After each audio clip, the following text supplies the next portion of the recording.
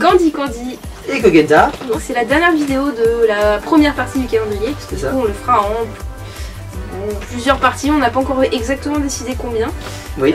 Parce qu'en fait on tourne un peu les vidéos, pas au jour le jour, mais, ça, la semaine, mais presque. En fait on enregistre toute une semaine à l'avance en fait. Donc voilà, donc c'est vrai qu'on a écrit un espèce de petit scénario pour le calendrier de l'Avent jusqu'au 12.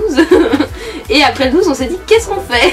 Voilà, surtout dans les étapes de construction d'un live cosplay, il n'y a pas 24 étapes. Donc, voilà, il n'y a que quelques étapes, donc c'est vrai que là on a fait le tour de la création. Parce que là aujourd'hui on va parler de la dernière... La dernière étape, bah, c'est la diffusion au public quoi. C'est quand vous découvrez nos épisodes après des mois de dur labeur. C'est ça, entre suivre nos annonces, nos tournages, parce que des fois on publie sur les réseaux sociaux. Tiens aujourd'hui on est en tournage en vert, tiens aujourd'hui on... voilà. Donc voilà, donc c'est aujourd'hui on parle de la diffusion finale, donc de l'épisode totalement fini avec les effets spéciaux et tout ça. Vu au préalable par l'équipe avant. Voilà, il y a toujours une preview, enfin une avant-première plutôt. Une avant-première pour l'équipe parce que bah voilà, c'est comme ça. Ouais. Et donc du coup après ça sort sur les réseaux sociaux. Je sais même pas si le Revolpino t'avais fait une preview je ne sais pas. Il me semble pas. Je ne sais pas. Parce que là on est en train de dire qu'il y a toujours une preview. Oui.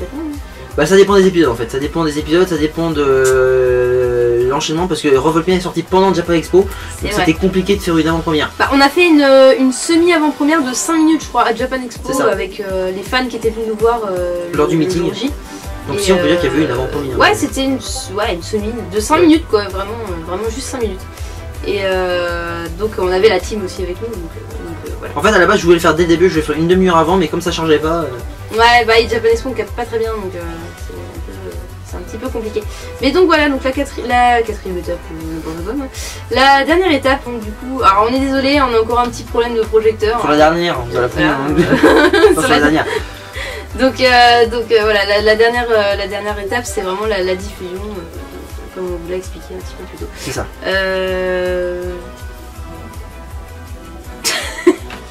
Que dire de plus? Bah, que dire sur la dernière étape? Déjà faut choisir une date de diffusion déjà pour commencer.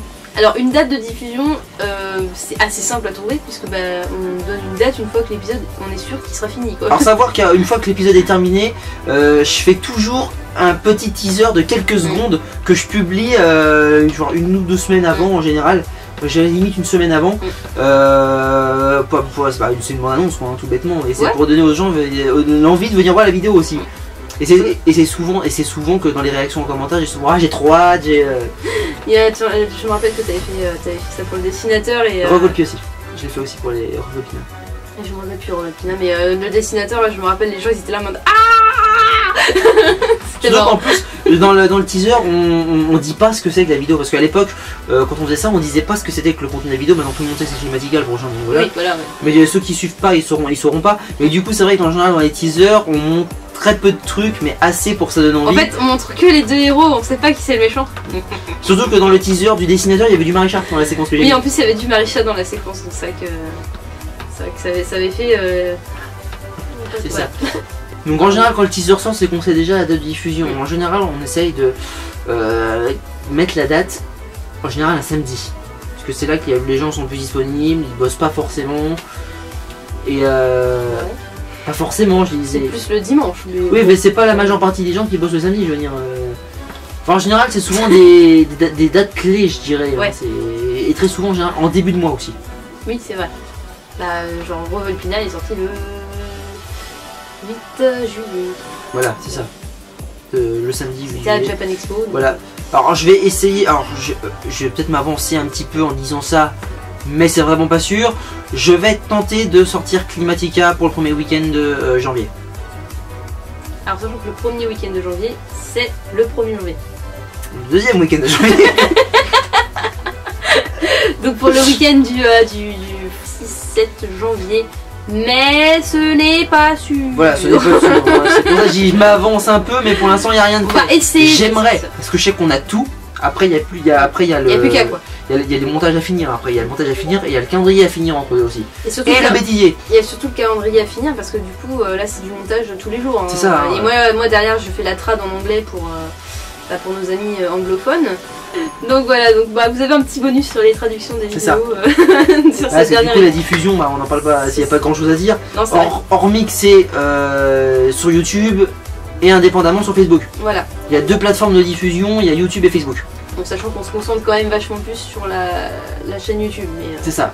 Mais c'est vrai que les vidéos sont postées indépendamment sur Facebook. Parce qu'en fait, tout simplement, pourquoi? Parce que c'est pas le même réseau sur Facebook et sur YouTube. Voilà. Et les gens qui suivent sur YouTube, ils sont pas forcément sur Facebook, et inversement, c'est souvent qu'on nous dit ça dans les commentaires. J'ai pas de Facebook. Après, c'est vrai que côté diffusion, le lien YouTube, elle est sur YouTube directement, elle est repartagée sur Twitter et Tumblr. Ça, c'est là où vous pouvez retrouver le lien YouTube. Facebook, ça reste sur Facebook. Et en général, Instagram, c'est soit je donne le lien YouTube, soit je poste la vidéo et je la morcelle en plusieurs parties en fait. Parce que Instagram, tu peux pas mettre de vidéo de plus de 1 minute, je crois. C'est ça. Donc si ça fait plus d'1 minute, ça sera coupé. Si ça fait plus de 15 pareil, minutes... Twitter, normalement, Twitter, il y a la possibilité de mettre la vidéo directement sur Twitter. Sauf que le problème, c'est que c'est pareil, c'est limité à 1 minute 30. Bah ça m'étonne pas parce que déjà que les caractères sont limités, ça m'agace. Oui. Enfin bref, on est en train de divaguer là. Non, je dirais pas parce que j'explique les plateformes de diffusion là, donc ça fait partie du truc. Ah bon, d'accord. Oui, tout à fait, c'était prévu dans le speech ça. D'accord. Voilà.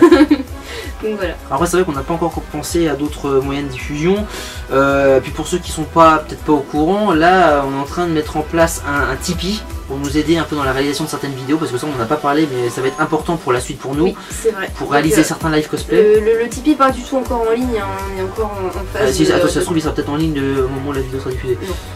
Le Tipeee pas encore vraiment en ligne parce qu'on est vraiment en phase création du truc et on aimerait bien le mettre en ligne une fois qu'il sera bien fait, bien organisé, parce que c'est toute une organisation de sortir un truc comme ça.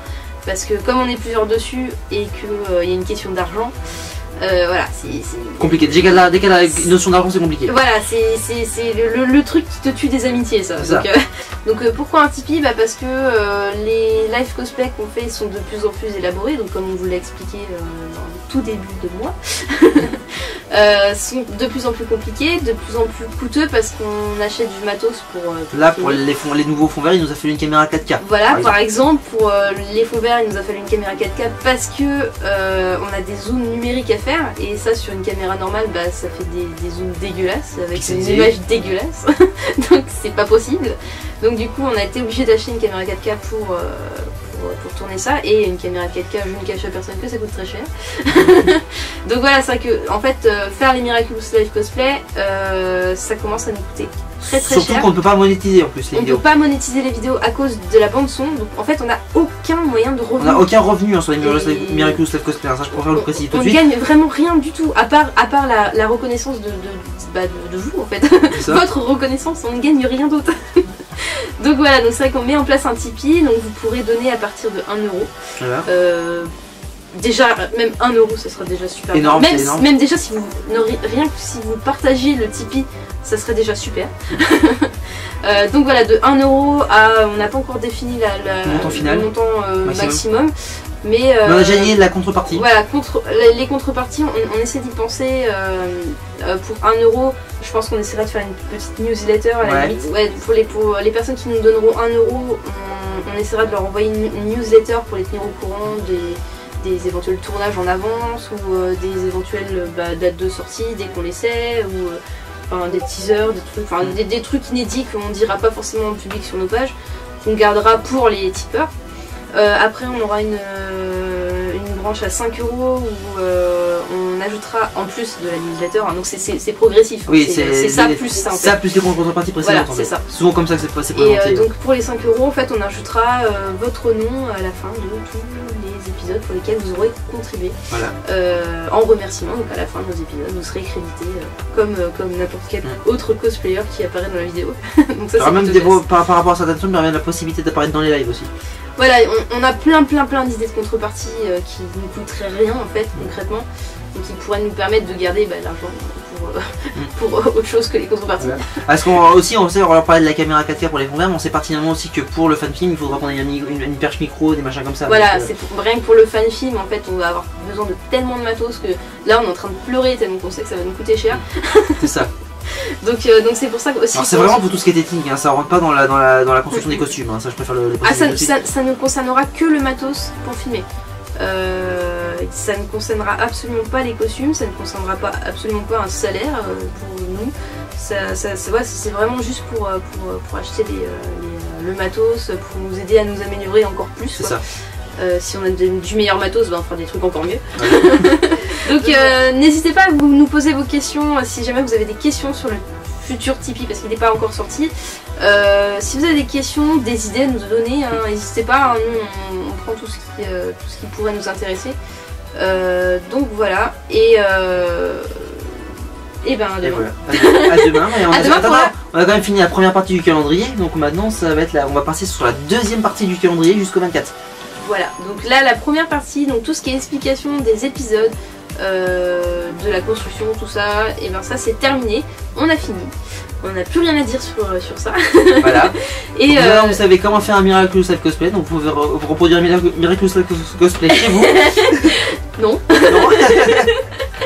Et du coup, dès demain, on passe à quelque chose peut-être un peu plus commun. On va essayer de faire des interviews avec nos cosplayers. C'est ça. Parce que derrière les Miraculous Live Cosplay, il y a aussi des personnes. Il n'y a pas que nous.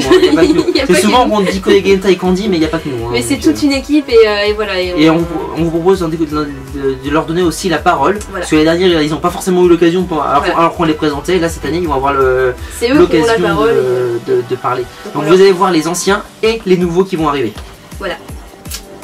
Donc, à demain. À demain.